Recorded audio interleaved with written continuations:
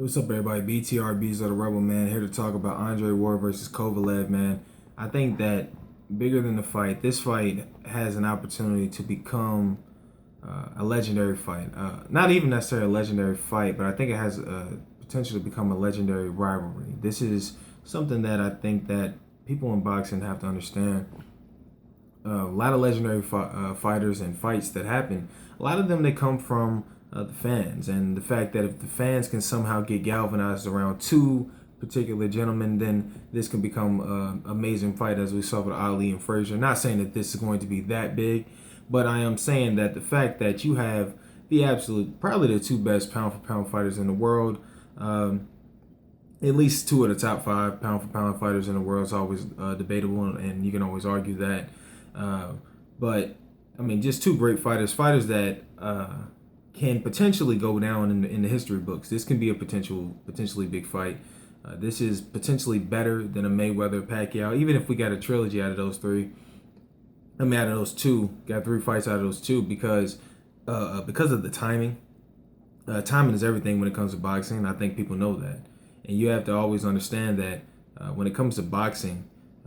Timing, as far as the age is concerned, I think we're at a stage in both these fighters' career where there is no excuses. But what I've noticed is the fans are really passionate about this fight, and that is a great thing. That's actually wonderful. The fans have been, many fans have been hateful, towards Ward, and some fans have been hateful towards Kovalev. That is what drives the sport. The sport is always fed upon the vitriol of fans and we hate you, this and this and that, man. And I think in college basketball you can always see that, like when you're talking about like a Duke, North Carolina rivalry, something like that. The fans are the people that actually drive the rivalry more than the actual competitors or the competition. Ward can establish himself as pound for pound man. Kovalev with a knockout or a dominant victory can establish himself as a pound for pound man, and hopefully we get a trilogy if he does win.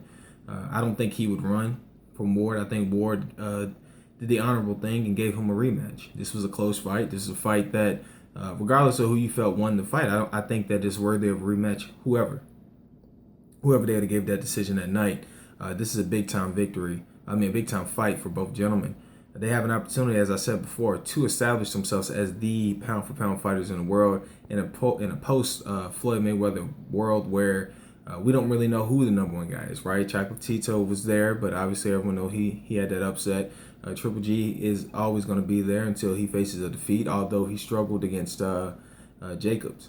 And now with Ward here and Kovalev here, hopefully we get to see something else. Now, obviously, Lomachenko is waiting in the wings, and Lomachenko is a monster. I think Terrence Crawford is a monster as well. But these two guys can truly do it, because the other fighters, in my opinion, don't really have they don't have the opportunity to face transcendent stars.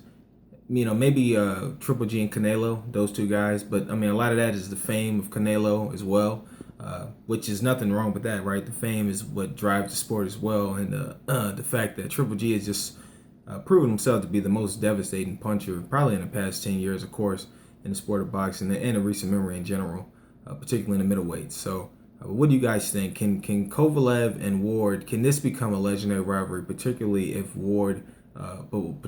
Kovalev can extend it to three fights, and then whoever wins that rubber match? Let me know.